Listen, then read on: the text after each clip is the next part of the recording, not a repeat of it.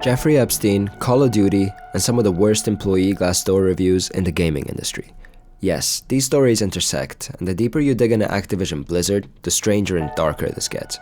But before we connect the dots, let's have a quick look at the leadership that built this empire and eventually destroyed the people inside it.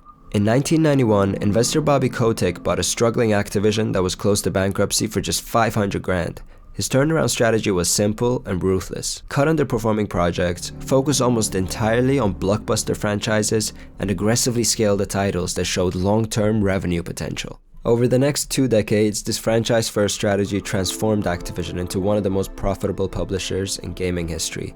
Call of Duty became one of the highest-grossing entertainment franchises of all time, while Blizzard titles like World of Warcraft, Diablo, and Overwatch built massive global player communities. Kotick was explicit about his philosophy. In a 2008 investor call, he explained that franchises without the potential to be exploited every year across every platform with clear sequel potential didn't fit the company's long-term strategy. But the real story isn't just a strategy. It's what employees said the inside of the company actually felt like. So let's start with what employees were saying on Glassdoor, and fair warning, it gets dark fast.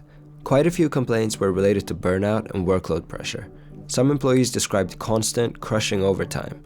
One review straight up says, "Work to the bone, 80+ hours a week," while saying complaints often went nowhere. Others wrote that leadership decisions and internal culture made the workplace unbearable. One departing employee summed it up like this: "I'm glad I got a better offer and was able to escape this hellhole." And as you scroll through the page, the allegations become far more serious. One employee review titled "Rampant Sexual Harassment" states, "Daily sexual harassment and gender-based discrimination."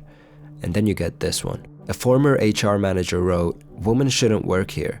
Every male worker up to upper management and CEO are sexually harassing women and keep sweeping complaints under the rug." Let that sink in for a second. An HR manager, someone whose literal job was to handle this stuff, is saying it went all the way to the top, and complaints were buried. Another review put it bluntly: "Culture is horrible.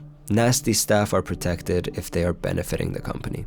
Translation: if you made them money, you could get away with almost anything. Across review after review, employees described harassment, retaliation, discrimination, impossible hours, and a workplace culture that had been rotting from the inside for years. In 2021, those internal complaints exploded into global headlines when the state of California filed a lawsuit alleging that Activision Blizzard fostered what investigators described as a pervasive frat boy workplace culture. The lawsuit claimed female employees faced harassment, unequal pay, retaliation, and discrimination across multiple teams. But the filing also included something far darker. The complaint alleged that a female employee died by suicide while on a company trip with a male supervisor. According to the filing, that same supervisor had brought lubricant and a plug on the trip. The lawsuit states that explicit photographs involving the deceased employee were later circulated among male employees at a company holiday party. This wasn't just workplace misconduct. This was a complete failure of duty of care, human decency, and leadership. Articles were now circulating that Bobby Kotick knew about employee rape allegations for years. Activision Blizzard stated it takes allegations seriously and disputed several claims. But by this point, the damage was done. The story was out, and the pattern was undeniable. And then, it got even stranger. Because just in the past few weeks, newly released correspondence from the Epstein files revealed something no one saw coming. Turns out Kotick's name appears more than 300 times across the released Epstein files. He even visited the island. Email exchanges involving Jeffrey Epstein, futurist Pablos Hallman, and Activision CEO Bobby Kotick showed the trio discussing behavioral reward systems tied to virtual items in games. One email from Kotick referenced using incentives such as cell phone minutes, iPhone credits, and virtual items in games. And here's where it gets uncomfortable. The timing of these exchanges?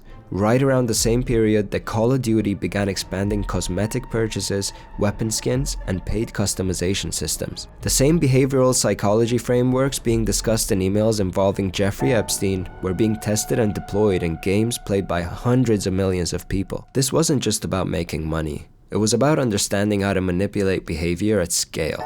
And while Kotick was building one of the most addictive, profitable monetization engines in gaming history, his own employees were allegedly being harassed, overworked, and silenced. By 2021, the pressure was building from every direction. Employees staged walkouts, shareholders demanded accountability, California's lawsuit was moving forward publicly, and internally, more stories kept surfacing. According to the lawsuit, Activision Blizzard's former chief technology officer was observed by employees groping inebriated female employees at company events, and was known for making hiring decisions based on female applicants' looks. The problems of harassment and discrimination extended to, and were known to, those at the very top. The board opened an investigation into Kotick himself, and then Microsoft stepped in with a $68.7 billion acquisition, one of the largest gaming deals in history. For employees who'd been speaking out, it meant new leadership, the possibility of real change. For Bobby Kotick, it meant walking away with an estimated $400 million payout. The man who helped build the microtransaction empire, whose emails appeared in the Epstein files discussing behavioral rewards, who allegedly knew about workplace misconduct and didn't fully disclose it to his own board, he left as one of the highest paid executives in gaming history. So yeah, Activision Blizzard, officially a corporate hellhole. But let's break down exactly how hellish we're talking. So for work-life balance, we're gonna give it a 1 out of 10. 80+ hour weeks weren't optional, they were the culture. For workplace safety and respect, I think a 0 out of 10 is pretty safe for this one.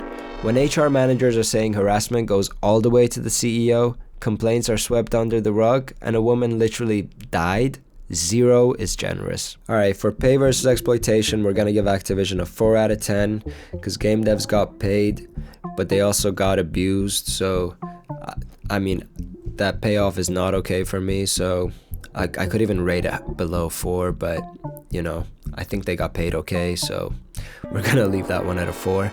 And that gives us a final score of 6 out of 30 for Activision. Do you guys agree? Do you disagree? Let me know in the comments below. If you have any corporate hellholes you'd like me to cover, let me know about those also. Thanks for watching, and see you next time.